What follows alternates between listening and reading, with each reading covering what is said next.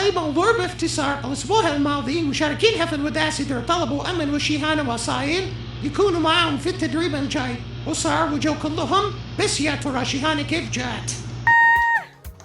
طيب ما في صفقة، ما في. شوفوا شوشو تراها تعبانة طاحت مع هذا. سلامات، قول لها سلامات. سلامتك يا قلبي، سلامت مريض. سلامات شوشو، ما تشوفي شر إن شاء الله.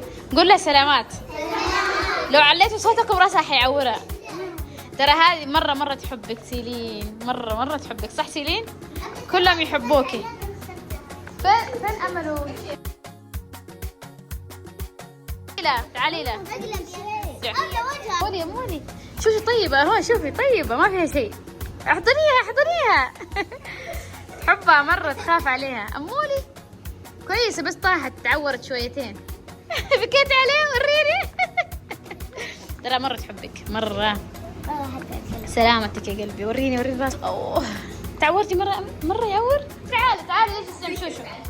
تعالي والله بكت عليها مرة، خافت عليها. وخري لها حبيبي، خلي تقعد.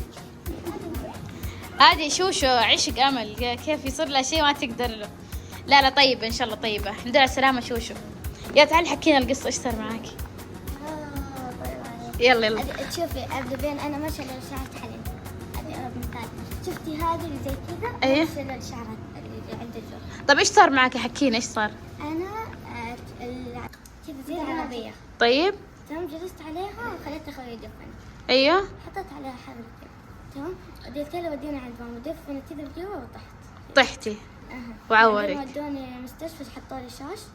ايوه بعدين هذا قالوا ما عندنا جراحة. بعدين ودوني مستشفى ثانية. خلاص حتبكي امل خلاص. اهم شيء انك طيبة. الف حمد لله سلام. عشان كذا شوفوا تدروا انه في اذكار صباح ومساء. اول ما تصلي العصر تقرا الاذكار، تقرا الفلق والناس والاذكار كامله. عشان ايش؟ ما تتعوري ولا يصير لك شيء. ترى في الشياطين احيانا تدف البذور تطيحهم تعورهم.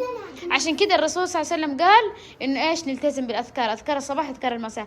شو كنت قارئه الاذكار ولا لا؟ الصراحه ها شفتوا؟ تدروا لو احد تحصن وقرأ الاذكار مستحيل يصير له شيء. تدروا؟ عشان كذا الرسول وصانا ان نحن نحافظ على الاذكار. مين يعرف اوقات الاذكار متى ومتى؟ قولي. الصباح والعصر والمغرب مرتين بس، بعد الفجر وبعد العصر. طيب لما تقرأيها ربي يحفظك بحفظه. خلاص. الف سلامة شوشو، الف سلامة شوشو.